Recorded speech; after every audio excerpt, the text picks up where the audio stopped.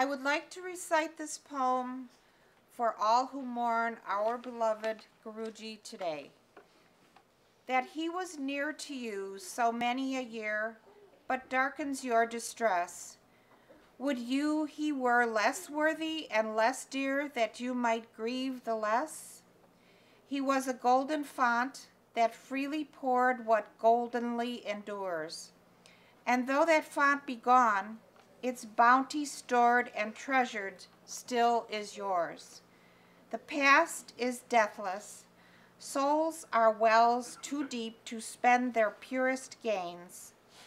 All that he gave to you is yours to keep while memory remains. Who never had and lost, forlorn are they, far more that you and I, who had and have, judge not the price we pay for a love that will never die, for our Guruji will live forever in our hearts and memories, along with our eternal gratitude for the legacy of his bountiful gifts. The main idea of this poem is that we are all better off for our Gurujis having come to this worldly plane. We have been the benefactors and will continue to benefit from the many gifts that he has left us. My story is a short one. It began 6 to 7 years ago. I've lost track of the time. And I can honestly say that my life has and never will be the same. It started with a trip to the grocery store. I'm sure you've all been to Caputo's at one time or another. But little did I know that this trip would be a life-altering one. I have stopped at Caputo's on many occasions, but this visit would be different. This visit would be life-altering. One of the items that I needed on that day was some shiitake mushrooms. And as I was picking out the shiitake mushrooms, I felt someone come up behind me. She was watching me as I selected each and every mushroom.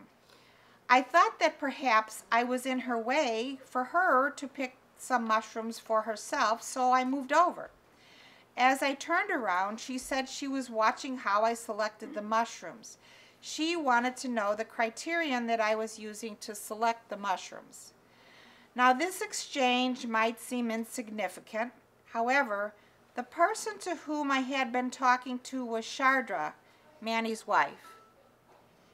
We have never, nor have we ever again run into one another at Caputo's, nor have I ever run into anyone who belonged to this ashram ever at Caputo's.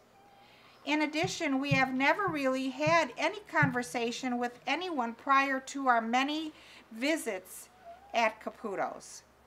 The reason why this is significant is that we both felt an instant connection and just started talking spontaneously, which we've never done before and we've never done after.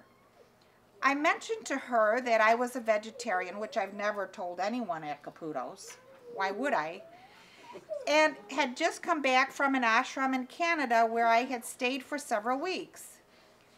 She immediately responded to me with, "Why did you travel to an ashram in Canada when we have an ashram right here in West Chicago?"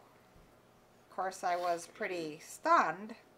My response was one of amazement, as I was not aware at the time of the existence of the Yog Sadhana ashram.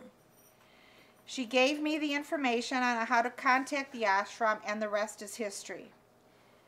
I am absolutely positive, and this is a living testimony to Guruji, that this was Guruji at work calling me to be one of his disciples. And when Guruji calls, you answer. In keeping with the philosophy of yoga, our Guruji is no longer with us physically, but his spirit lives on and will never die. He has left us a legacy that we can forever be grateful for generations to come.